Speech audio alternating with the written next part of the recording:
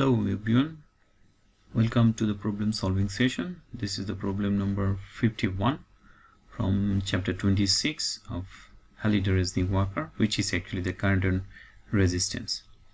In this problem it said that the two were joined at a point, and these two wire C and D has a different resistivity and the diameter, where C has a resistivity 2 into 10 to the power minus 6 ohm meter and the diameter is 1 millimeter, and the wire D has a resistivity 1 into 10 to the power minus 6 ohm meter and the diameter is 0.5 millimeter.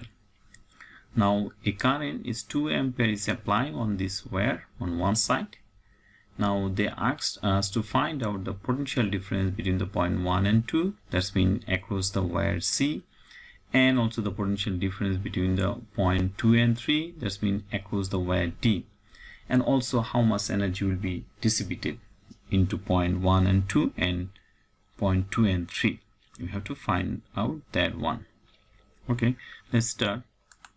So over here there are some parameters given. Let's first define that. Say if I write, I'm just leveling this thing, say that the current into that wire apply, which is 2 ampere, that's given, and that the length of the wire equal to length of this wire D is 1 meter. So that means both the wire has the length 1 meter, and the resistivity of the wire C is 2 into 10 to the power minus 6 ohm meter. It should be ohm meter, and the resistivity of the portion of the wire D is 1 into 10 to the power minus 6 ohm meter. Radius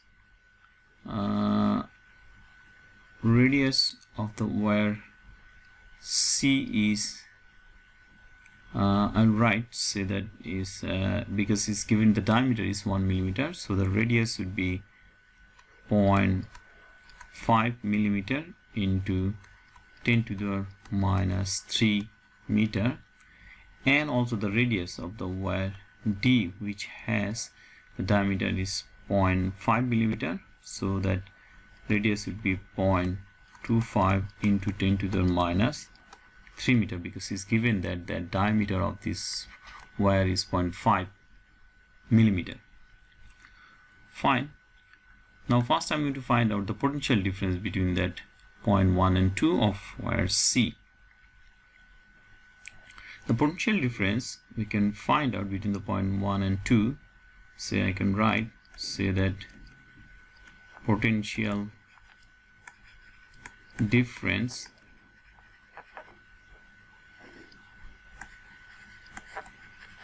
between the points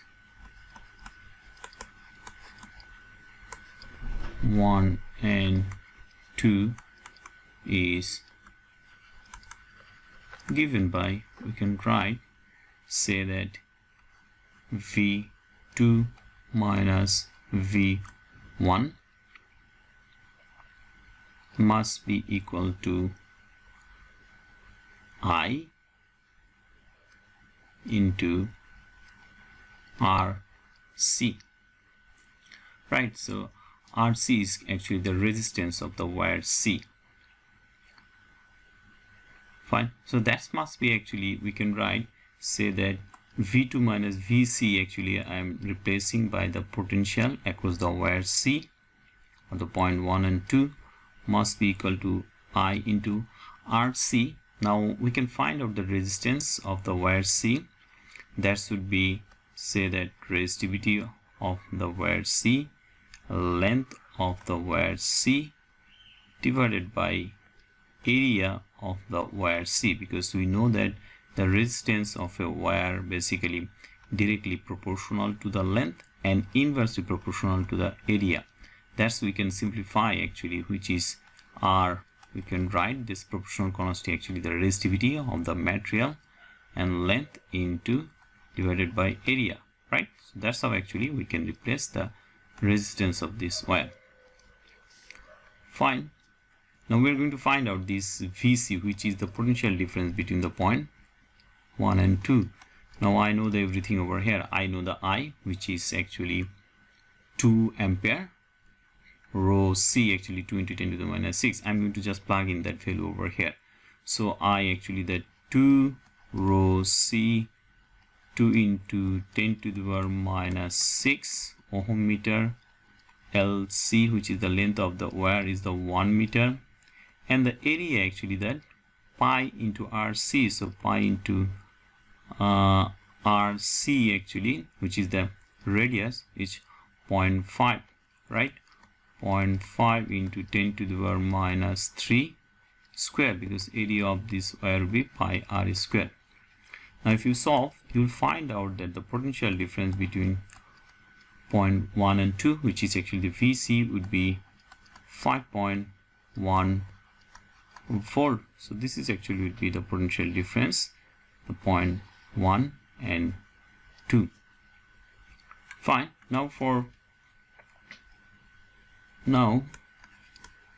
potential difference for points 2 and 3, we can write actually V3 minus V2. That must be I into RD, which is the resistance of the wire portion D, that one.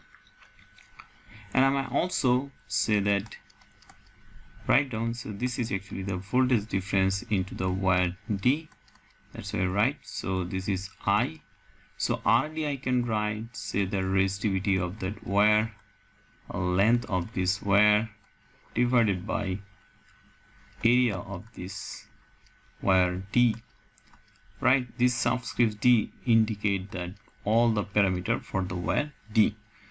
Now I'm going to plug in that all the values. So resistance is the 2, resistivity of the wire D is 1 into 10 to the power minus 6 meter, length of this wire is 1, and that pi is actually 3.14 into that radius, which is 0.25 into 10 to the minus 3 whole square, right? So this is actually the area of this wire. Now if you solve, sorry I missed the D over here, so then the potential difference of the wire D would be, if you solve it, you will find out 10.2 volt. So this is would be that potential difference between the point 2 and 3. So this is answer number question A and B, right? So the potential difference between the point 1, 2 and 2, 3. Now in the C, what is the rate at which the energy dissipated between the point 1 and 2 and the point 2 and 3? So the energy dissipated, we can find out the energy dissipated, we can find out, say for wire C, I can write I square into RC, right?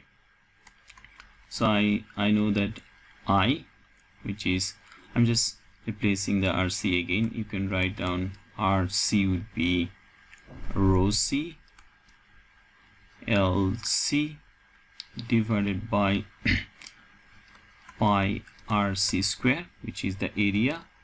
Now what if the power dissipated? I is the 2 square into 2 into 10 to the power minus 6 into 1 divided by 3.14 into RC. RC basically 0.5 into 10 to the power minus 3 square. This is would be that power through that dissipated through that wire See, now if you solve, you will find out that power will be 10.2 watt. So this is actually that power dissipated through the wire C. And for D, and the energy dissipated through wire D, we can write, say, it should be I square into RD, that should be I square into rho D, LD, which is the length of the wire, and pi R D square, where RD actually the radius of that wire. Now I'm going to plug in all the value over here. I actually the 2 square resistivity actually 1 into 10 to the power minus 6, length of the wire D actually the 1 meter, which is actually equal to the wire C, and the pi is 3.14, and the radius of the wire D is 0.25 millimeter. I convert that into the meter, 10 to the minus 3 square. Right, now if you solve, you will find out that power through the wire D dissipated will be 20.38 watt. This is would be that answer number D. So that's how actually you can find out that power dissipated through the wire C and D. Okay, thank you very much.